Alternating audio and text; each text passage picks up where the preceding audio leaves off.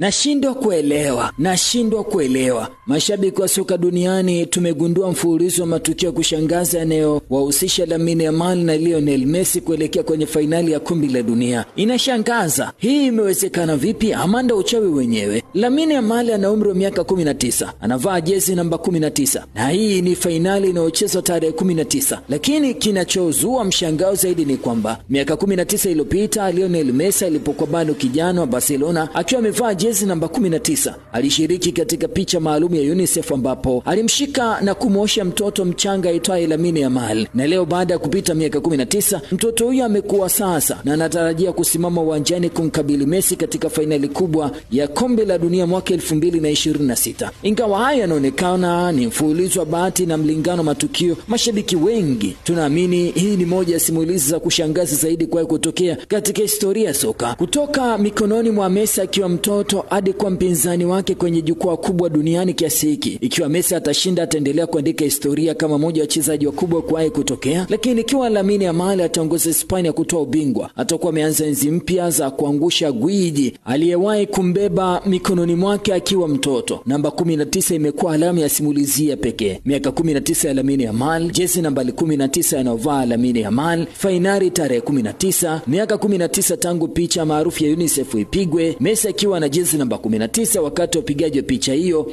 Hata hivyo ni muhimu kufahamu kwamba mlingano wa namba ni mkusanyiko wa matukio yanayofanana, coincidence, na si ushahidi kwamba matokeo ya fainali yamekwisha kuamliwa, mpira uamliwa uwanjani. Lakini hapa tuna mashaka, lakini mimi sina mashaka kwa sababu mimi naitwa Almachiusi Kanyasi.